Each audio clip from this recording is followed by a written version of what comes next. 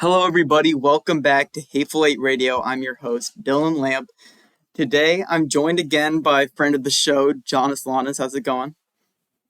Pretty good. I'm now the ninth seed in the league, and my fall from grace. I think it's the longest losing streak in Hateful Eight history. But we take what we can get. Yeah, you always hate to make history in ways you don't want to. It's brutal. A stark contrast from when you were last on the pod. Then we got Mhm. other fellow co-host Mick Hoyle Hey, how's it going?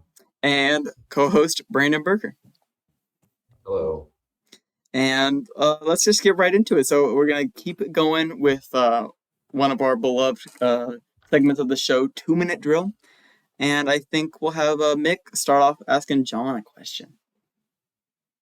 John Aslanes. What is the draft day decision you regret most from this year? Oh, There's a lot to I pick from. fucking hate Bucky Irving, bro. I hate him so much. He sat injured for weeks. There were cryptic articles of him coming out online that were like, Bucky needs to get right with Bucky. The thing made me want to cry, bro. I'm literally just trying to win this damn league, and you're doubtful every week, and then I can't edit my lineup. He sucks. I wish I drafted somebody else, bro. And honestly, while I'm at it, I also hate Jamar Chase. This dude's a bum. I should have traded for T. Higgins. I'm not even gonna lie. You could He's have just had so T. bad. Higgins. He's just so bad.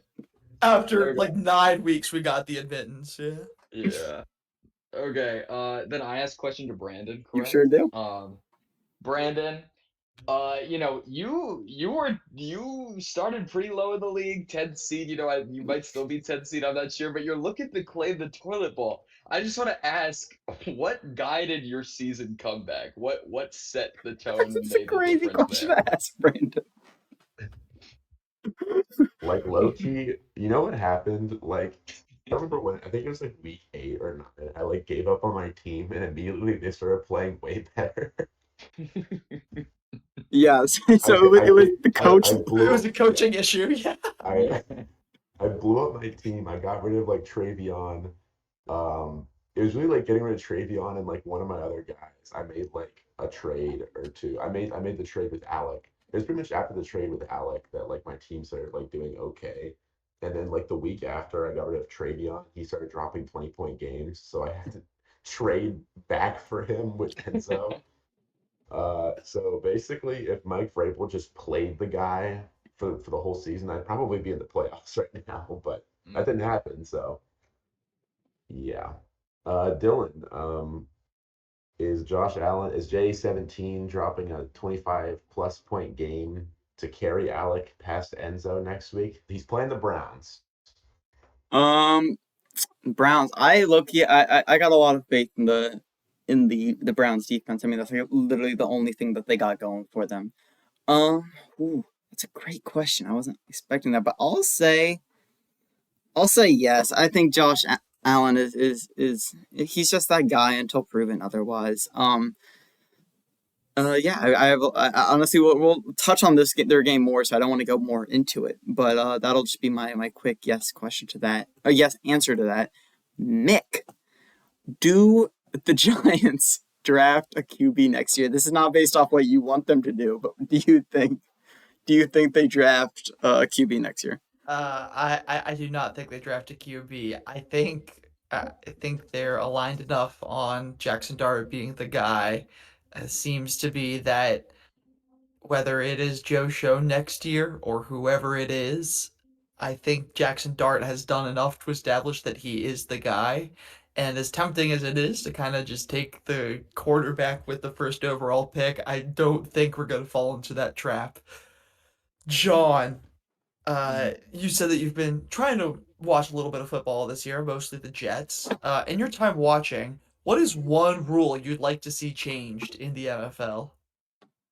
Oh, that's a great question. Okay, this is gonna be controversial. I think you should be allowed to grab people's face guards. They You're call going to this get all rid the of face time. mask. I would Face love mask. for people to just straight up just grab that as like a legitimate defensive option. I just think the league's gone soft. I want to kind of make it. I kind of want us to go back. I want us to think like BC era sports. I want this to be like gladiatorial combat in With like the helmets. Superdome. You know what I mean? And so I'm Yeah. just kind of, I want more violence and more injuries. That's probably my number one.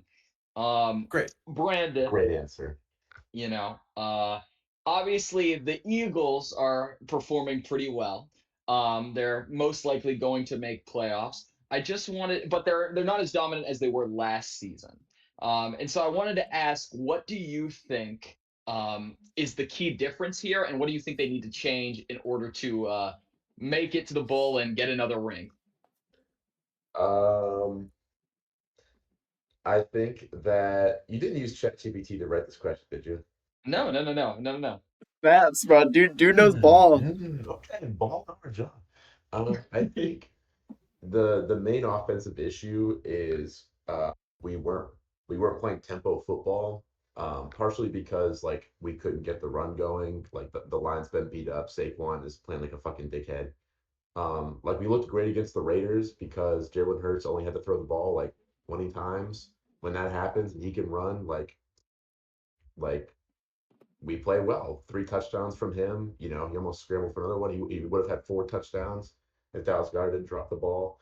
So I think if we get back to tempo, run heavy offense, and the O line gets healthy, we get Lane Johnson back. Anything's possible. A lot of teams looking good, but I like my birds on the stretch. They got that championship pedigree. Dylan, you know how I feel about this one, but do you think Drake May is going to win MVP? I think that he will, just because like the voters on this are like brain dead. I don't think he deserves MVP, but I think that like the media wants another Patriots dynasty for some reason. So um, unless he like truly shits the bed, I don't see that not happening. Yeah, that's my thoughts. As unfortunate as it is, Mick. Going to the Hateful Eight and seeing as we're matched up this week, what is the biggest player, not just on either team, to watch for our game? For our matchup, Yeah, I think the sole biggest player, or I guess I'm just gonna say um, sole biggest matchup, because I think that's a good way of describing it. Is the battle between uh your wide receiver two and just whoever I can scrap together on my team. I The wide receiver two option is thin, or I wouldn't even say it's thin. It's deep. There's a plethora of guys I can choose from, and I truly do not know who to go with. Jaden I've Higgins been being one of them. stressing Jalen it Coker. over all week. Jalen Coker might have secured his spot in my lineup based on his touchdown last week. But I will give a very quick shout out to Brock Bowers. I was looking over my draft from this past year when I was asking the question about John as to like what his biggest draft day regret was. I took Brock Bowers in the third round of the draft this year. He had that one game where he drops like 45 points. And if there was ever a time for him to do it again, it would be right now. Wow, great answer. Great answer. I think that's all the questions, correct? Yeah. That'll Yeah. do it. That'll do it. All right. Well, that was a successful 2 minute drill. Looking forward, I think the next segment is yes, a review of Week 15. Lots of ups and downs. Some brutal wins, some brutal losses. We'll just start off real quickly. I think we'll touch on the toilet bowl games, then we'll make our way to the playoffs. So, um, since we got two people that played in the toilet bowl this week, on the pod, why don't we talk about this Magaquan numbers game matchup? Brandon, why don't you take it away?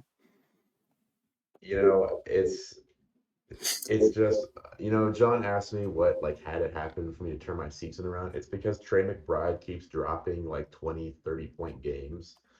Trey McBride dropped 2 touchdowns, 134 yards. He caught all but one of his 13 targets. He had 37 points on the day. Cortland Sutton, who's been quiet for like the past 9 weeks, had a 24-point game.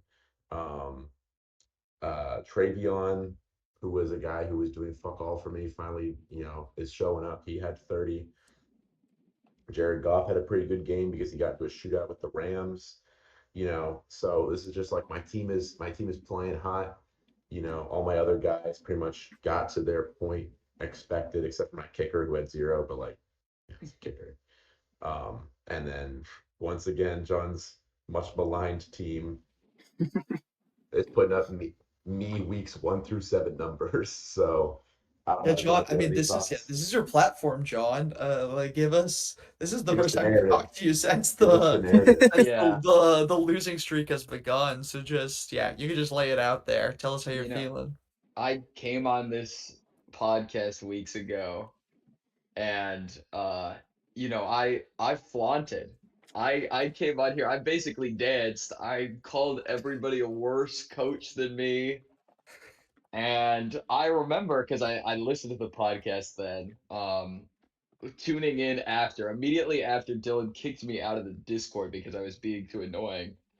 He Brandon went on the mic and said, "Dear viewer, pride cometh before the fall." Ooh. And my God, did that fall come? I'm gonna be honest. I don't think I've talked with a bunch of professionals about this. Believe it or not, the numbers game, is obviously I'm the lead coach, but of course I take outside assistance, especially as somebody with prior to this season, a little bit of lack of ball knowledge. I have been told that my losing streak is something that they have never before seen. And so if I'm being honest, I just feel like, one, I don't like seeing somebody on the flex position and somebody in the tight end position score combined 70 points against me. That's already tough. Um, but to go further, I just feel week after week, my players have let me down. I feel like if one of them pops off, such as last week with Brandon Aubrey scoring, I think it was the first ever time in NFL history somebody hit 3 consecutive back-to-back like 60-yard field goals. Um, for the first time ever. And then everybody else on my team decided to shit the bed. And so there's absolutely nothing I could do about that. It's humbling. Um, and I just feel, the numbers have let me down. Numbers have let me down. They've let the fans down, and there's not much I can do about that. Yeah, if I can put one last thought on this. So John this is more or less towards the end of the season. He's got one more game to play, that being the toilet bowl. He is 7th in points for, but 1st in points against. As the league historian, I'm probably going to go in and try to like write try to keep tally of the results of the people with the highest points for and just see, because sometimes in fantasy it's more important people don't score points on you than you score points on them. Like Enzo and Mick, I'm pretty sure are 3 in points for, and they were the highest seeds in their conferences. I'm not saying they're bad teams, but you win more games if people don't score on you. So I'll try to be back next podcast with the numbers on that, and maybe we can mathematically prove how fucked John got. I I love to would hear love it. that. Yeah, I would love that. I want statistical analysis on the pod. Um, well, moving on. The other game that we had last week, remind me, it was Alex and Will, where Will got the dub, 143 to Alex 110. This is just brutal for Alex, who is in his second time in the league, which obviously second season, going to the toilet bowl for the second time. This is a franchise, much like the Jets, that just can't seem to get anything going. And Yeah, I think Alex finds himself pretty unlucky here also to be facing Will. I think true.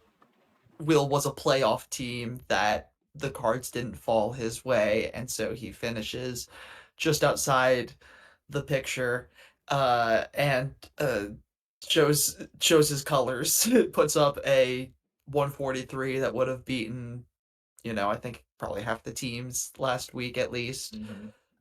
So unfortunate for Alex to be facing what could have been a playoff team, just further sort of highlighting the troubles that have befallen the Chubb Club franchise over the past 2 years. Yeah, I mean, and Guys, it's. this I was just gonna uh, say real quick. I had some thoughts just that like. I mean, we've been talking about like Drake London going out for his team was pretty important because it was one of his leading scorers throughout the season. But then he still last week had Bo Nix, who I think was like the third or second highest performance by a quarterback last week, and James Cook with a impressive 31 points. But the rest of his team is just so dog shit that it didn't matter. Um, Mhm. Along with Will putting up a good performance, but those are my thoughts. yeah, I mean, poor Alex, his team is just so up and down. Jay Jettis has been non-existent. Stephon Diggs is like super like hit or miss. Like you can't really have that many hit or miss players on your team. And it's also I feel like highlights like how good the Hateful South teams like are. You know what I Yeah, mean? I Like have to you got agree. two, dare I say, like Will and I, the only person Will would have lost to is me last week. And we were both in the well, I think there might be one other team, but like Will and I would have both probably won our games if we were in the playoffs. So it just means a little bit more down here. I think, not to sound like the SEC here, but I think every hateful South team is a playoff team, even the ones who don't win any games, like Mississippi State. Like, I I think we think might we need to should go. explain the playoffs and Yeah, I think we might need to do 128 That's team clearly the playoff. solution. I will um, say, as a representative I don't from the north, hear anything. you know, I That's will weird. say, I would say all but one team in the north are playoff contenders. I don't know who that team is, but just keep the rivalry on the field. Keep it nice and Mm, and sweet. yeah, no, I get you. Um, But yeah, Yeah, moving on. Let's take it to Carson and Alec. Alec won. Congratulations, cinema. 152 to 139. Incredible. This game was great. It was great. It was cinema. I had to feel for not only Carson but Brandon, who has said he has gone on record saying he was living vicariously through this team, through Carson. And it was just a brutal loss. I mean, it was what it was like a round 50-50 game going into Monday Night Monday Night Football. Football. Yeah, it was, and you know, sorry, Kenneth, go. Kenneth Gainwell. No, you're good. I, I really my only thought. I mean, Kenneth Gainwell for Um, some reason has like a great game. Um, for eight. some reason, Kenneth Gainwell Eagles has been legends. incredible recently. I mean, he had one good Has had game a couple before. of He had really good games. two. Sorry, I think it I was guess like that's two fair. good games before that. Two, yeah, Two. 3 out of his last That's fair. 4. That's fair. I'm just hating on Kenneth Gainwell a little bit, but maybe it's a little unwarranted.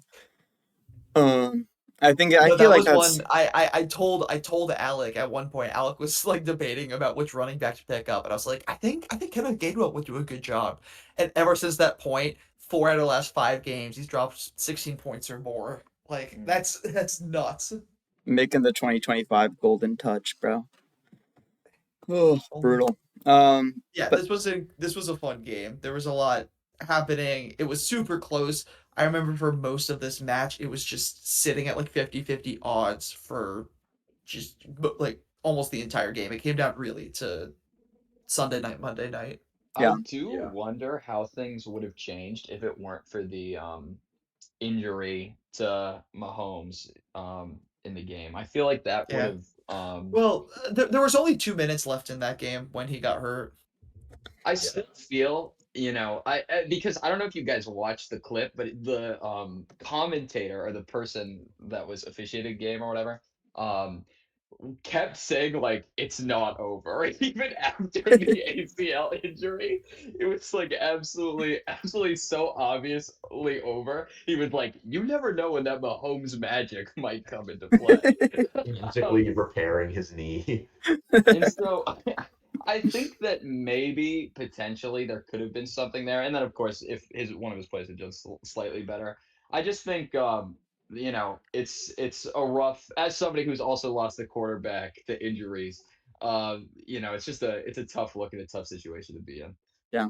Yeah. I'll say Yeah. real quickly, one thing that like when me and Brandon were previewing this game last week, we were talking about like it's really Josh Allen has a good game and someone else like shows up and that's really all he needs. But he did have some um fairly outsized performances by at least I'd say three of his players, whether it be Kenneth Gainwell, and uh, Michael Wilson, and Michael Wilson. also JMO. I was So, gonna yeah. say what I was gonna say is I think those two guys, Gainwell and Wilson, were Alex like basically two most recent pickups on the waiver wire, and they've both been nuts. Yeah. Kenneth Gainwell has had this awesome streak of games, and Michael Wilson stepped into the spotlight once Marvin Harrison Jr. went down, and they switched to Jacoby Brissett at quarterback, and all of a sudden he's getting 10+ targets a game easily. So some really great pickups by Alec to get him through this stretch. Yeah. And Never. and Jameson Williams has been on just like an insane tear. Honestly, sometimes it seems like he's getting more results than Amon Ra. So just a lot of things going Alex's way right now. Terrible way to end Carson's season. But always good to see Unk, fighting for a ring. I couldn't have said it better myself. Moving on, I would like to talk quickly about my game before we move on. Um, I won against a great opponent in Audi, 166-153. Personally, as someone playing this game, I was stressing. Audi was putting up um, insane numbers. He had It's Amon just Ra. four guys. Yeah, I know. Like it was Amon Ra putting up 41, Puka putting up 27, George Kittle, and I mean who else? What we got? DK Fucking Metcalf DK put up Metcalf had a good 14. game, but That was it. at that point, it was I like that wasn't like a like that was Monday Night Football, and I was like DK could have a good game, but I was up by like I think 30 or 40, and I was like I don't think he's gonna be doing all that. Yeah. But still, it was just like on Sunday, just watching the numbers run up, from Amon Ra and Puka, and like I started off that game I think with like a 58% chance of winning, and just seeing that percentage go down and down and down. And at one point, I was projected to lose, and I was like, I actually can't fucking do this anymore. I hate this stupid ass wide receiver duo. Um, but my boys, they everyone really clutched up. It was a big week for the franchise. Jackson Dart doing what he does. Shout out to Josh Jacobs and Kyron Williams. Um, big shout out, massive shout out to Chris Olave, which I don't know how aware people were of this game, but you have Chris Olave going into the fourth quarter with a $170 to show for the entire game. I was like, oh my god, I hate Chris Olave. He's the reason I'm gonna lose. And then on like the second to last drive for the Saints, he drops like a 18-yard pass to Chris Olave, 13-yard pass to Chris Olave, 17-yard pass to Chris Olave. And I'm like, holy Christ, he's like he saved the team. And then he also gets like a 15-yard like touchdown pass.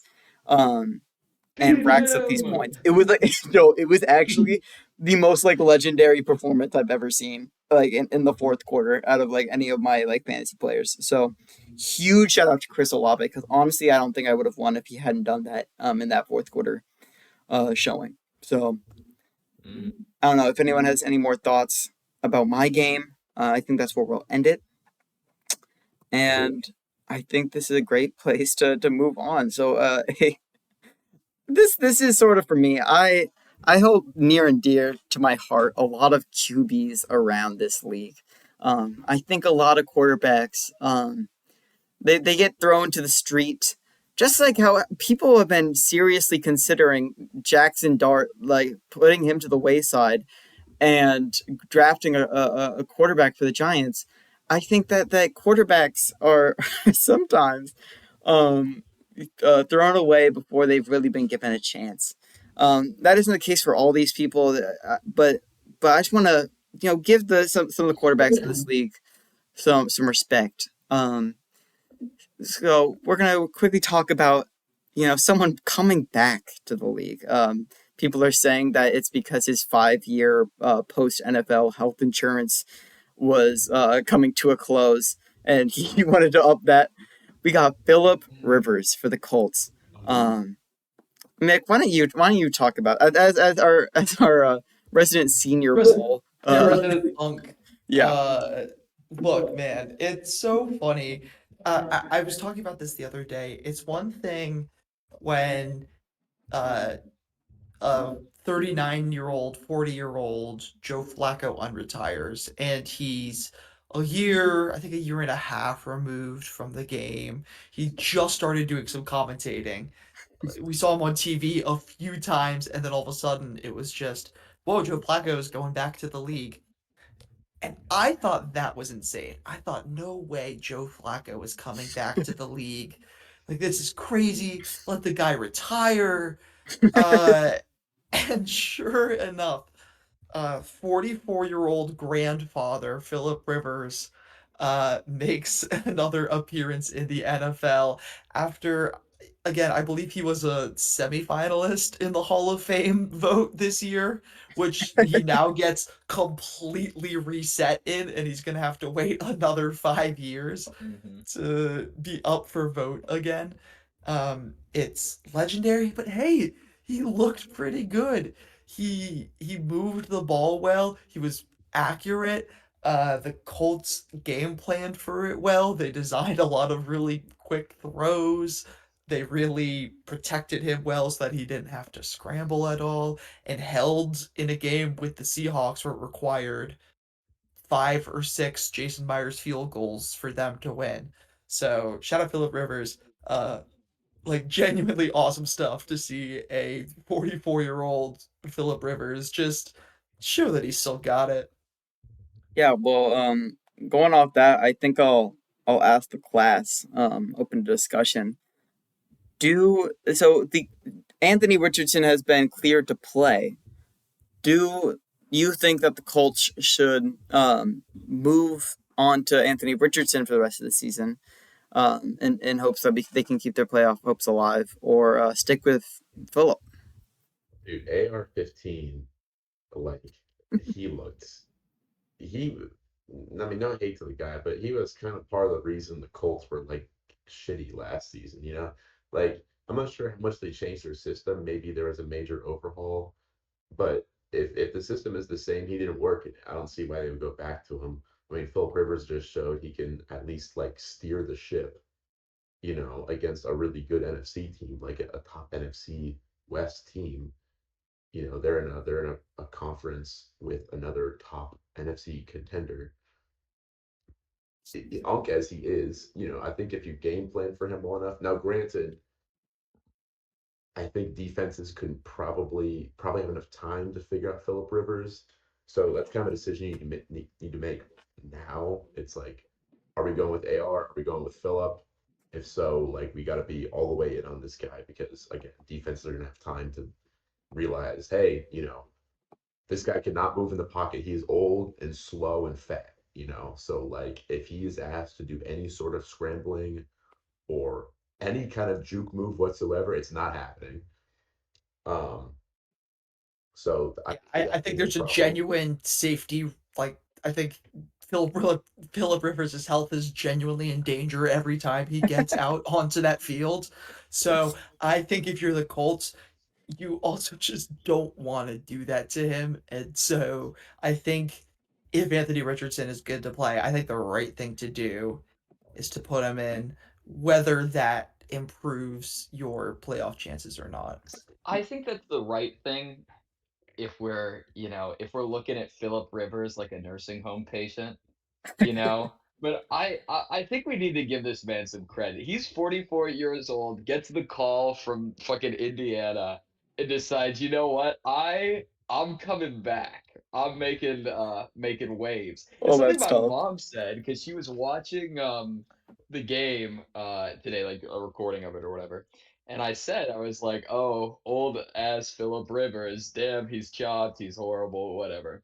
My mom said something that really stuck with me. She said, John, look how happy he is. Okay? I don't know, and I tuned in every play. He's smiling, he's getting hyped. Even the commentators were like, he's still got that fire. And so for me, it's not about his safety. It's not about the plays he can make. It's not about anything like that. It's about the magic he has on that field. And so, in my opinion, I think putting on, as Brandon dubbed him, AR-15, it's just going to take away that magic that the Colts need. I mean, their chance of making playoffs is this little. I think, put their faith in Philip Rivers and let there be a miracle for the Colts.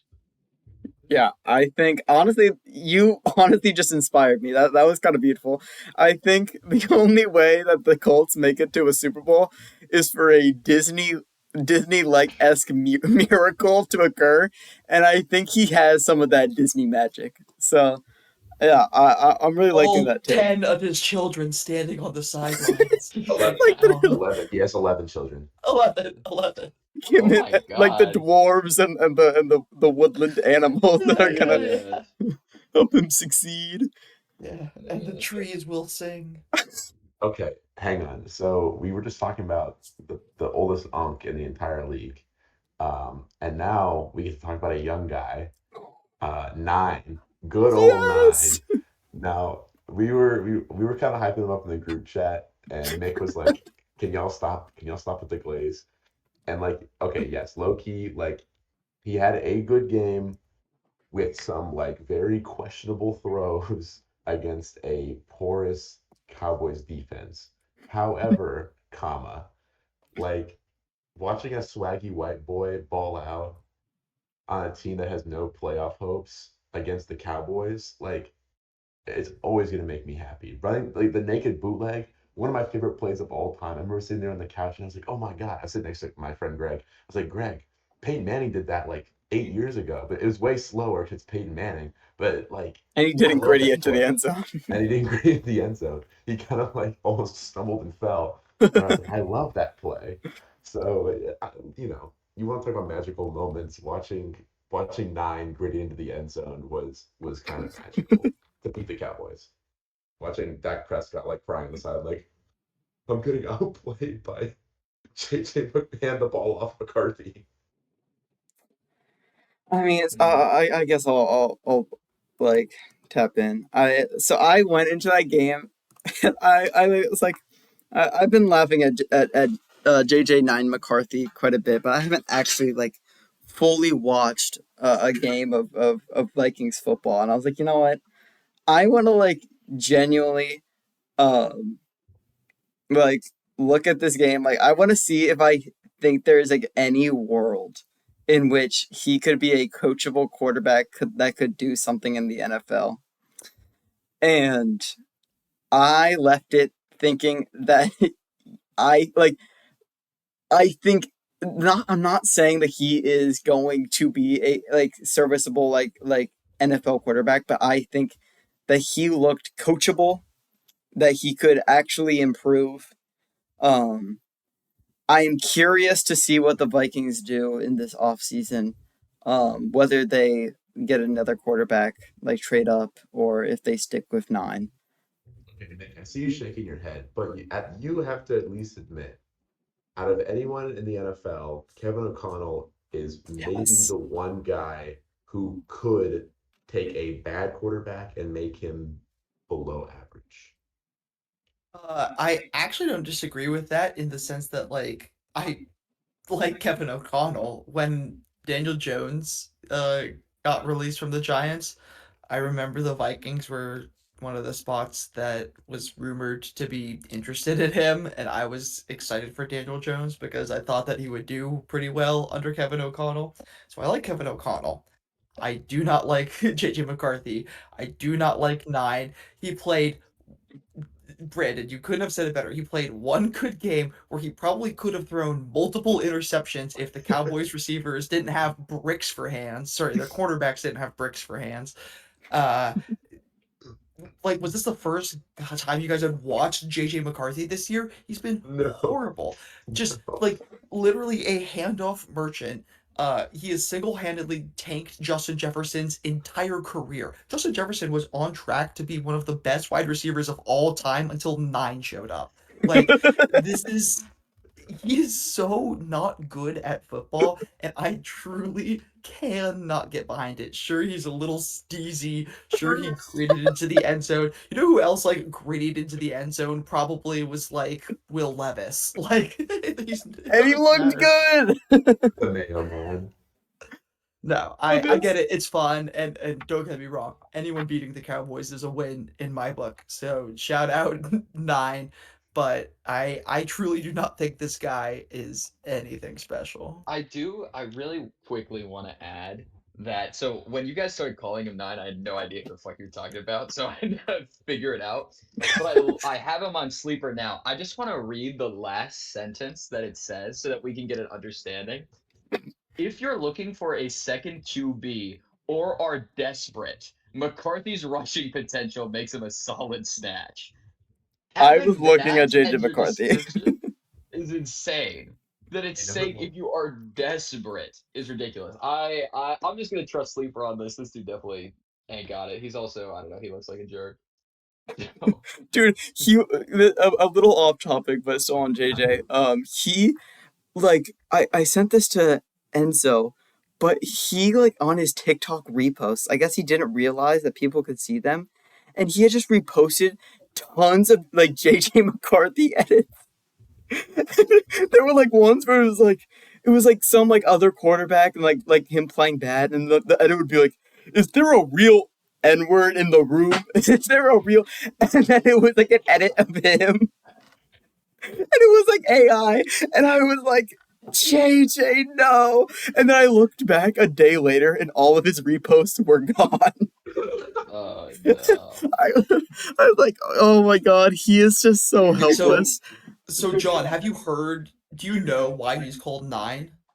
No, I don't Oh know. my gosh. Okay, so the reason, so this is a, so he wears the number 9 on his jersey. This is a self-given nickname by him where he Yeah. said that on game days he has this alternate ego, this dark, this vicious game ego called 9. Oh, it's That So is when horrible. you see him gritting into the end zone, that's not JJ, that's 9 It's gritting into the end 9. fine, zone. bro. And John, you know how like a lot of times people will be like The Sopranos. I wish I could go back in time and watch The Sopranos for the first time again. Us three, me, Dylan, and Mick, all watched the national championship together 2 or 3 years ago. I wish I could go back and not watch that game because of 9.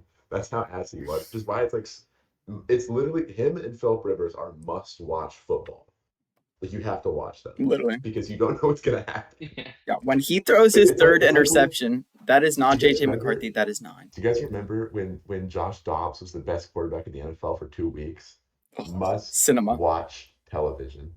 I'll I know never everyone calls forget the about Tyler astronaut. Shuck. No, he's a free agent. Moving We can talk on. about a white boy that has some steez. Yeah, Tyler Yeah. Shock.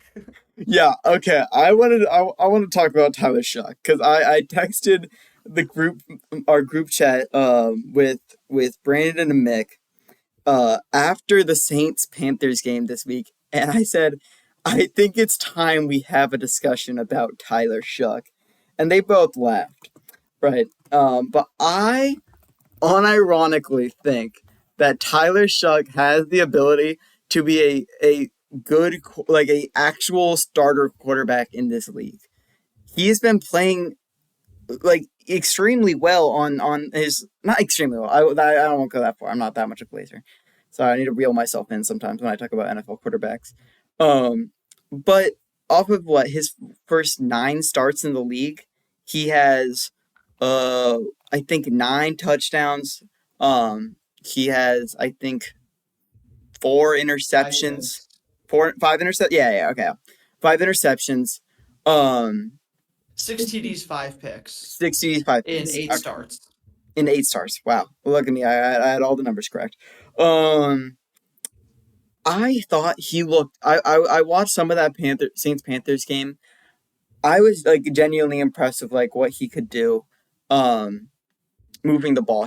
I think that was probably his best game of the season. Right, 75% completion rating, 272 yards, touchdown.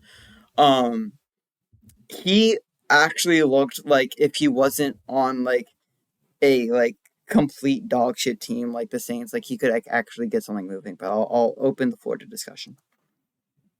Yeah, I love Tyler Shuck. I think he's like a real player. And I just really wanted to quickly add like part of where I think you're getting the touchdown numbers from is the week before this when he played against the Bucks, he had 2 rushing touchdowns. So I think I was doing total. there's a rushing component to his game. There's a reason he was taken. What was it? In the was it the first round, if I'm not mistaken, of the NFL draft, Yeah. or was it the second? It was either end of the first or start of the I think it was second, start of and the I think it second, was but I'll the look it end. up. Yeah, I think it's one of the Well, two. the Saints And got flamed for picking him up. but I went back and I was looking at some of my texts. I was in on this pick. I liked this pick. I liked Tyler Shuck coming out of college. Yeah, Dylan, you get He was the the 40th update. overall pick in the draft. There we go. So yeah, early second, and right, everyone was like, "This should be Shedeur Sanders," right? Yeah, everybody was saying that. Everyone was questioning why on earth Tyler Shuck was taken. I saw the vision at Louisville. I saw him looking. I saw him as a prospect. I saw him, like you keep saying, Dylan, and the way that they always talk about these white QBs, a coachable player, uh, Sneaky athletic. I'm not gonna lie. sneaky athletic. Um, he's got good mechanics. I know that sounds silly, but that was something I remembered from Louisville. He just throws a good ball, and I think the Saints have a little bit of hope with him, which is pretty good. Something the Saints don't have a lot of hope right now, so Yeah, I don't like the Saints because they're a dirty ass team. And I've probably actually seen Tyler Shuck carve up the Hokies in person because I think we played them while he went there. I just didn't know it was him because every team carves us up. Um, but I'd say the only doubt I have about him is a lot of times when you have a young quarterback who, again, like his stats aren't like insane. Like he looks pretty good, but his stats aren't insane if you take out the rushing aspect. And when you're a young quarterback, like your rushing stats can be again inflated because when you're a more veteran, like scrambling threat quarterback, your stats are going to be less than when you started out because your team is going to be more all in on you and you're going to be sliding more. You're not going to be as willing to take those hits and stuff like that. Like Jackson Dart, for example. Jackson Dart is getting flamed all the time for taking these unnecessary hits. So I think it's about give another year. He looks decent. His head coach was the offensive coordinator in Philadelphia. Granted, there he had a super team. So I don't disagree with you guys. I just have a personal bias against the Saints because they're dirty as fuck. They almost killed Devontae Smith last season, so I hate them. I think moving on from we've talked about two sort of up and coming quarterbacks. I think we want to quickly touch on a legend in the league currently, someone who got taken down with an ACL injury, Patty Mahomes. Obviously, and I honestly like I like I actually truly like I know it's Patrick Mahomes is just Chiefs, but like I truly like have I'm not like sitting here like fuck yes like I was like damn like that kind of blows. I don't know they're like I I it's do want fun to to like hate say, on bandwagon teams, but like man like they were already kind of like going downhill, so it's just like kind of sucks to see him take this injury at the end of the season. But sorry, go on to. I never like seeing anybody get injured, and that does include like Mahomes. I will say though, the shit I've heard as a physician assistant student about this dude's injury is genuinely insane. Oh There yeah. are people who genuinely believe he will be back week 1 of next season. And that is simply not going to happen. Okay? I know one, I've learned about it too. I know multiple people in my class who had ACL tears. They were lacrosse players. And all of them, like it was like a year ago, they were all like still on crutches. There is just no chance he is going to be back. He is not superhuman. He's got some magic, but that magic does not apply to his wounds. And so I would be shocked to see him back on week 1. In fact, a lot of the things I've been saying say that he might not even be back until like very end of the season. And so I've just seen a lot of crazy things said about his injury. And I don't think many of them are true. Yeah, I mean, you don't want to celebrate injury. Like if it happened to like Rasheed Rice, I wouldn't really feel that bad. But Patrick Mahomes isn't like a horrible person, so it like sucks to see. I don't think you understand, John. Like these NFL like health facilities, I don't know what kind of like drugs they have in there, but like it's different. It's genuinely different. I don't know like what they be doing, but like it's one thing if you're an RIT lacrosse player. It's another thing if you're the quarterback of the Kansas City Chiefs in 2025. You know what I mean? Yeah, I don't think he'll Even be for back. his Maybe he'll be back surgery. week 1, but like I will say, they're flying his ass out to Indonesia if they have to, bro. yeah, you got that. they fucking the Aaron Rodgers like Achilles tear, where he was like, coming back for he tears his Achilles week 1. He's like, coming back, and people were like, "There's no fucking shot. Your ass is hella old," and that's literally never happened ever. No one has ever come back from an Achilles tear that quickly, and he said, "Watch me." And honestly, like, speaking on flying his ass out to Indonesia, I wouldn't be surprised if he knows some like South American witch doctors from his time doing ayahuasca. Like I truly do not understand how he I did that. think if he comes back, it's because like somewhere somehow he sold his soul. That's like the only possible explanation for recovering from an ACL tear that quickly. But we'll see. Maybe he'll come back. He'll have wings. He'll be flying. Um, I would that we'll would see look what be happens. tough to change the game that way. You They guys are have, also It you was guys, always in the script. It was always in the script. you guys are also forgetting now that he's out. You know who's starting? Former Gardner Minshew. Jags, Eagles, Raiders legend Gardner oh Minshew. my gosh. They honestly should have benched fucking Patty Mahomes sooner. They probably would have made it to the Super Bowl, bro. Minshew mania has never been more back. Oh, I love Gardner Minshew. Like he will always have such a soft spot in my heart. But I think that does anyone else have any other quarterbacks that they'd like to touch on? Those are just the ones I wanted to talk about. But I like to touch up on a couple of quarterbacks for okay, real, yeah, for real. true, No true. pause. No Um, pause. I mean, other than that, I mean, obviously you got Trevor Lawrence 6 touchdown game, but that's it. Anyway, nothing too big, just a historical game for the league. But it's not that big of a deal. On the Jets. On the Jets. What about no one has ever done it before? Who cares if it was on the Jets? John, how are the Jets right now? They're hella ass. They're not gonna make it. I'm gonna be honest. I'm a Jets fan for life, and they've been doing so ass that I stopped tuning into their games. I Like mean, that's fair. That's very I, valid. I just think we need to pick up some good draft players and just play at this point. Or honestly, I'm open to refranchising. So we can definitely look into that. And he was John, Jets for life John, 30 seconds ago. yeah, John, I'm not gonna lie. Like, since you kind of just picked them as your team, like, no one will judge you No, I'm gonna if judge. if you flip to the Bills. No one's. I'm not gonna say anything. I'm gonna say The something. Bills is such a bandwagon team, It though. is The such a Jets, bandwagon nobody team, picks the Jets. If you And stick with the Jets, that is talk to a respect. dude. I It's think so I much will, respect. but I won't be mad depending what happens. I'm gonna be honest, Mick. Just specifically, if I were you, I'd be mad at the Jets simply because of the Garrett Wilson injury, bro. I know since our trade you have been coping so bad, but you've been silent about it in the group chat. And so I'd love to Because hear. that trade has just been it hasn't really been good for either of us. It's Yeah. not like George Pickens has been revolutionary. Like he really hasn't. He's been Well, kind of mid. He's Like lost his spunk. You can tell he doesn't care. You can CeeDee Lamb has been outplaying him, which is, Yeah. the guy that I've been having on my team.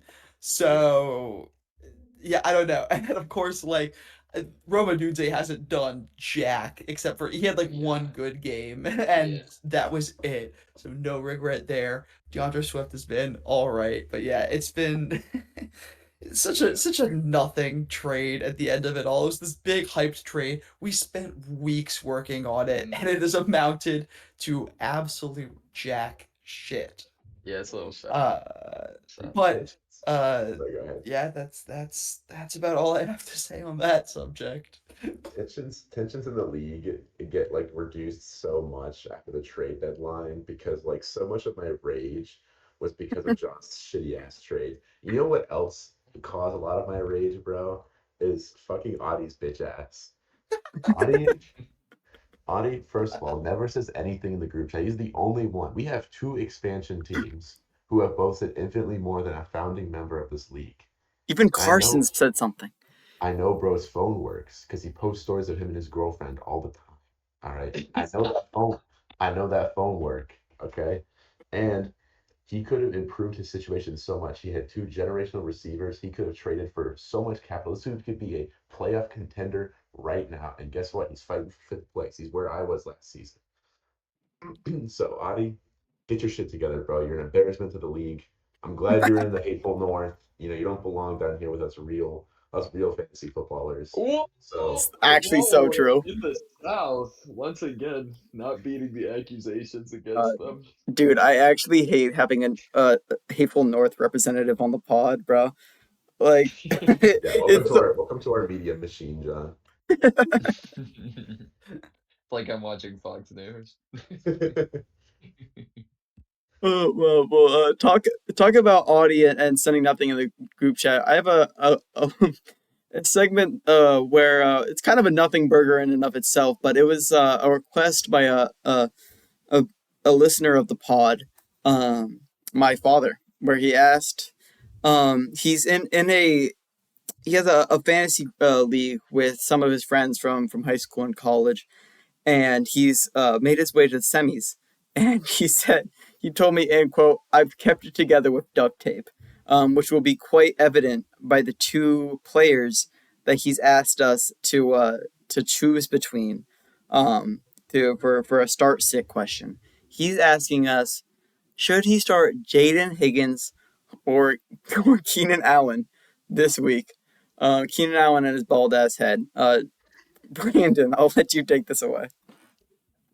um, I just I don't know. These are like the Chargers and the Texans are similar in that they both have shitty offensive lines, but they differ in the fact that the Texans are more known for how good their defense is, how much their defense carries games. CJ Stroud is having a bounce back year, but a bounce back year for him is like being mediocre because the last season he's been fucking dog shit. I think Justin Herbert is playing pretty well. He's dishing the ball around. I don't think you're gonna get an amazing game out of Keenan Allen, but I think you're going to get something, and I think something is better than a potential like guaranteed 4-ish points is better than maybe 0 or maybe 7. You know what I mean? So in this nothing burger scenario, I'm going with Keenan Allen and his bald ass head. Wow, Keenan Allen and his bald ass head. So, that's surprising for me. I think we have a dissenting opinion from Mick, so I'd like to hear it. Yeah, Brian, I'm talking to you directly. I was faced with this exact decision no less than a day ago, where I was looking at wide receivers and I was deciding who to pick up because we're a two flex league and that has been causing lots of issues for me this year. And I was like, who do I pick up? Who do I play? And there were two wide receivers I was looking at in the waiver wire, Jaden Higgins and Keenan Allen. Keenan Allen has not dropped a double-digit game since week 7. It has been nearly 10 weeks of single-digit football for Keenan Allen. Jaden Higgins, in 2 out of the last 4 weeks, has put up double digits. The last 2 games were maybe not the best, but I truly think that Keenan Allen is a waste of time in your lineup. And at least with Jaden Higgins, you know there is a chance he can get above double digits. And I think that's what you need right now. I think, yeah, I think I'm just gonna hop on that train. Um, I think that I mean I had Keenan Allen on my team. He's currently sitting on our waivers.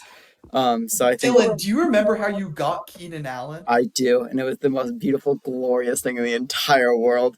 For for listeners who don't remember, that trade, it was a trade between me and Mick, and it was a 1-for-1 trade. Keenan Allen for James Conner. James Conner, who was like a fifth round pick for me, and Keenan Allen, who was like picked up at like the end of the draft. And and at that time looked like clear, obvious value for Mick. Mick needing a running back, and me being like, I'm taking a chance on Keenan Allen. And I got flamed for it. And then James Conner got injured and out for the rest of the season. Like maybe 2 weeks later, I think. No, it was literally the same week I traded for him. He tore he tore his meniscus out for the season. Really? I thought you had like at Yeah. least a week with him. Oh, maybe. I think it was the same week. I'll double check. We'll check in the league history. We'll check in the PowerPoint. Yeah, Wait, yeah. is James Conner the Cardinals running back? Yes.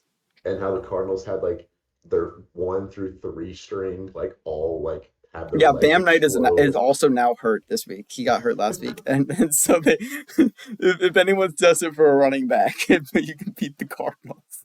Dude, at this point, like put me in pads and send me to Arizona, dog. I got this. Literally, it's I can run wheel routes. I can run flat routes. Like no, 6'1". it's pretty brutal. I like literally the Yeah. only reason I did that trade, I was like, man, I see a decline in James Conner. Like he had been like my workhorse in like previous years, and I was like, I sort of just picked him up in the draft for that exact reason, and then I was like, man, I feel like I see him declining on the field. I feel like, and I feel like he's gonna like get like overtaken by one of like these like backup running backs, and then and then like James Conner was just sort of popping off, and I was just like, you know what, you know what, I'm gonna do this thing. But it worked out really well for me. Got me like over the hump after I went like 0 for 2 at the beginning of the season. Yeah, Yeah. that's so that is why Keenan Allen is currently on waivers. He's been traded this year. Nobody wants him. Don't play him. He's a liability. Honestly, Brian, just go look at the waivers and pick some like random dude. I'm not even gonna lie. Both of these options are I so have a bad. much better solution for you. May I introduce you to Carolina Panthers wide receiver Jalen Coker? Unironically, he probably is on their waivers right now. Touchdowns I in think back-to-back weeks. 12 points 2 weeks ago, 14 points this past week. He's on fire. He's taken over wide receiver 2 duties from Xavier Legette in real time. Shout out Jalen Coker. Pat McMillan hasn't been getting the ball anymore for some reason. Oh, it's awesome. Wait, Nick, you know Coker, right? Can He we was get yeah. him? Can we get him on the pod? Can we get him on the pod? Like we're Aiden Ross. Yes. Yeah, we'll bring Jalen on the pod and he'll talk about the refs. Sick. Yeah. Yeah. For Oh, our that would be listeners, we'll make that. awesome. That would That's be in the awesome. works Yeah, for yeah. season 2 of the pod. I'll have my people talk to his people. Sounds good. Okay, excellent. I think that's a perfect way to transition. Speaking of week 16, into week 16, a preview of what's to come. We're gonna start off again with some our toilet bowl games. We'll talk about this 8th place game. Talk about the actual toilet bowl, and then we'll go into playoffs. So Brandon, since you're in this 8th place game, why don't you take us away? Yeah, so it's me. It's honestly, this is gonna be a cinema matchup. Me versus Will, two teams that over the past 6 weeks are having playoff level performances, but the whole season matters. I'm glad we are where we are because this the regular season should matter, and so here we are. But let's look here. Last week I dropped 170. Will had his 140 game. The week before that, let's see, I had another pretty good performance against Alex. I had about 150. Will had 156. He lost to the guy who scored the highest amount of points that week. Like we are two very, very hot teams, two like big play potential running backs, Jahmyr Gibbs and Travion. I'm not even going to say Saquon Barkley's bitch ass name right now, but this is going to be a clash of the Titans, and it's going to show the entire world that the hateful South, it just means more down here. This is going to be a better game than the championship. Mark your calendars. 2 words: Brandon Will must see TV. That I kind of said it myself. Speaking of, if another quick shout out, I'll do it on the pod. If anyone wants to come over to my place, I'm gladly hosting people to watch these This toilet is bowl home to all matchups. of our national listeners. Nationalists, yeah, to thousands of Everyone on the people. pod. Drop the address. Drop the address. Yeah, no, I'm renting a warehouse. It's gonna be pretty nuts. But yeah, no, everyone gladly pull up. I'd love to see everyone here at the Lamp household. But yeah, no, I couldn't agree with Brandon more. These are two teams that could have very well been in the playoffs. With these second half performances coming out of both these teams. I like genuinely like I feel so much like pain for the fact that Will, like, if he had like put up 30 more points, he would be in the playoffs and not in the toilet bowl. But I don't know. Nick, do you have any more thoughts on this game until we move on? No, I mean, I think we're good to move on to the next one. Yeah, then I have a question for John. I just want to, obviously we're talking about your game. We're talking about the demolishment of some of your future job employment opportunities if you lose this Yeah. game, right? Yeah. I just want to ask you, what do you say in the locker room in a game like this? Yeah. Um, that's really tough. Uh, First things first, just before diving into that, I feel like the thing I've struggled with the most recently, especially now that I'm getting desperate, I'm taking like 4 people off the waiver wire at once, is definitely my QB. I feel like we don't have somebody who's leading us. Baker Mayfield will sometimes drop 20 points, and then sometimes he'll drop 4. I even considered putting Daniel Jones over him, and then meanwhile, Trevor Lawrence, I don't ask him to do anything. I ask him to sit on my bench, and then he drops 45 points. Go. And so, I feel like there's a leadership issue on the team. But I would be lying if I said, as my duty and my responsibility as coach, it doesn't also fall on me to, make sure I put in the right guys, make sure they're on there in tip-top shape. And so the first thing I'm doing, I'm flipping off Bucky Irving. Even if he drops a 20 bomb, I don't really care. He kind of sucks. But what I'm telling my He team, sucks. is that, we are factually on the longest losing streak in Hateful Eight history. And the truth is, we can continue being lackluster, and continue the status quo, or for one game that matters, we can choose to be different. We can choose to be something more than we were the previous 9 weeks. And I look at people like Jamar Chase, who managed to get 23 points, but then still don't score a touchdown. And I ask them, just give a little more than what you gave the week before and the week before and the week before, and really end this season strong. Show that you want to be a part of the numbers game and that this team matters to you. Uh, and so, yeah, I think honestly, I can say what I want to say, but it's going to be a mindset shift for my players, in order to really have the outcome I'm looking for. I like to hear that. I like that you're taking a leadership step in the locker room. I think that's sort of what your team needs. Because you're talking about, this is kind of franchise altering. like a franchise first toilet bowl loss, toilet bowl appearance. I mean, to lose this game is gonna it's demoralizing for fans going into next year. So it's really important for the culture. I think that you find a way to win this game.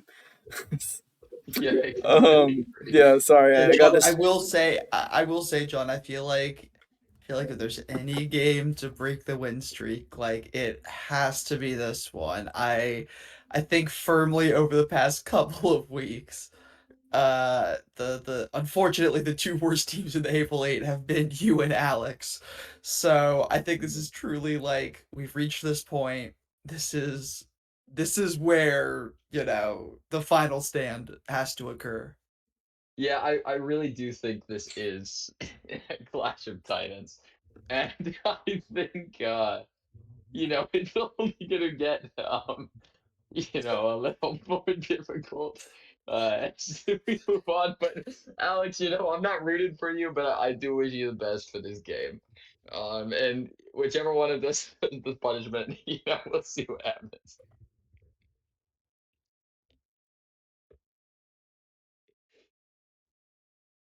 Oh, your mic's off, big bro.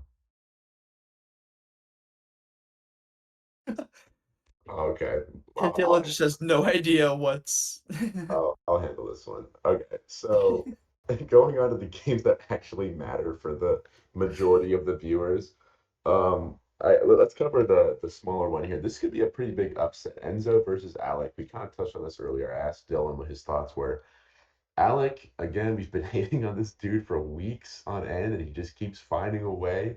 His team, has been putting up some like pretty insane numbers over the past couple of weeks again. Like Jameson Williams, 27-point game last week. This is his flex player. You know what I mean? Josh Allen doing Josh Allen things. Really making you wonder. Like maybe Opp was on to something with that first overall and Josh Allen. Who knows? I mean, yeah, I shouted it Obviously, out earlier yeah. in the episode, but like, I really do think the two recent pickups of like Kenneth Gainwell and Michael Wilson have just been awesome. Somehow finding guys this late in the season on the waiver wire that just come in as guaranteed starters is pretty nuts. I was trying to trade for Jameson Williams like right before the trade deadline. Alec was having none of it. He saw the vision. And I respect that. I think this has definitely been it's just like a like very very respectable performance from one of our expansion teams. Just really like taking the most out of his opportunity. Really put it on a display for the fans. I think Alec is quickly cementing himself as a key part of the Hateful Eight. Alec is definitely he's my favorite to win it all. I think he has the potential. His team always seems to coordinate really well when they're all deciding to pop off at the same time. And so I'm really looking forward to it. I would love an expansion team to end up getting the ring, just because I feel like that gives them more legitimacy in the league, and really shows that they're meant to be there as well. Yeah, and Um, then go ahead, Dylan. Sorry, yeah, I just want to quickly touch on Enzo's team. I was looking at it because I was curious. What you call it? What you call it? Like if these bye weeks would really like matter for these for Mick or for Enzo, right? And it really did for Enzo. If you were looking at some of his performances last week, I think he would have lost to literally everyone in the playoffs. Um, really with like Ted McMillan putting up 4 points, or oh gosh, I can't quite, Joe Burrow putting up 750. It was a pretty brutal bye week for Enzo, but fortunately for him, he didn't have to play. But I think it's a team that looks to be sort of falling apart here at the end. Um, so as much as we called Alec a pretender, I mean, I think he has a good shot to win this game. Yep, I agree. Think you want to talk about your marquee matchup, potentially Launch into the what is gonna championship that be isn't the championship. so I wasn't on the pod last week, but I was texting a little bit in the group chat. I genuinely cannot believe I finished as the 1 seed this year. Like it truly seems unfathomable to me based on just where my team is currently at, based on some of the decisions I've made and then the injuries that have happened to my team. But my team scraped by, got the 1 seed, and now I'm facing off against fellow co-host Dylan Lamp lay down the law in this uh I guess this is 1v4 matchup. Um to make it to the next round. Look, uh my team is fully reliant on Christian McCaffrey. He has almost a baseline expected points of 25 per week. It's pretty ridiculous. I am I'm nervous. I've been stressed about this game like all week. I keep reading articles about the injury statuses of my players, and there's like some illness going through the Cowboys right now that's affecting my players, Hell and yeah. Woody Marks just randomly is on the injured list again, and I'm like, is that going to impact Jaden Higgins? Does that mean they're going to throw the ball more? Should I then start Jaden Higgins? Also say it's stressful. It means a lot, but it's because I know that I'm going up against a good team. Dylan, I think you put up, what did you put up? 166 last week or Yeah. 164. Yeah, somewhere around there. I put up 158, so it would have been a really close matchup. Uh, and I truly think it's just gonna be like our teams are so evenly matched. We're coming into this, I think, probably as the two strongest teams in the league, and it just kind of sucks that this match has to occur in the semis and not the finals. Yeah, no, I'm right there with Nick. I've been stressing over this game like all week. I was sitting there at my brother's girlfriend's master's graduation and scrolling through Sleeper to see if I could find any sneaky pickups on waivers. I was genuinely considering nine. Um that's how like how much I'm stressing. I think a big loss for me in coming into this week is Devontae Adams with I watched him in real time go down with this hamstring injury, and I think I nearly cried. Um, like he was just running just a go route down the field, and like he was about to catch it, and then just started hobbling. And I broke When down like it's on the 10 short minutes. week too, like Exactly. perhaps if he had a couple more days to loosen up, yeah, brutal. Yeah, exactly.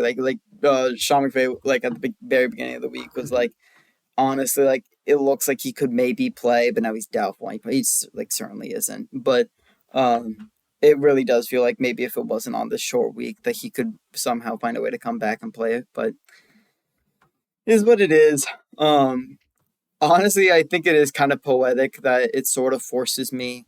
I mean, I have some other options, but it kind of forces me to put in BTJ, my first overall pick that has done absolutely nothing for me except dare I say I put him in on the like 1 week that he came back in week 6 and put up 23 points. I put him in that week and then like no other games. So like I don't know I guess like I had like a sixth sense for that, but I was pretty proud of that when that happened. But yeah, couldn't agree more with Mick. It really is just like kind of like one of us will just have a good week, and that's really all it comes down to. Right. Or But both of us have really good weeks and you win by 6 points. Like it truly is just, yeah, coming down to it. yeah, Yeah, and as a hateful South fan, I'm hoping the winner of this matchup wins it all. Obviously, I hope it's not Dylan because then we're never gonna fucking hear the end of it. So Nick, I'm rooting for you. I'm rooting for you, big dog. You got this. I believe it. Woo! Let's go. Breaking up the dynasty. I'm sorry, the dynasty has literally just begun. 5 more years, bro. Y'all got 5 more years of this shit. All right, I think that's a perfect place to end off the pod. Thank you to my co-host and special guest John for coming on to the pod. Um, and thank you all of our listeners for showing up each week. Appreciate you all. and wish you guys all the best luck in this upcoming week. See y'all later.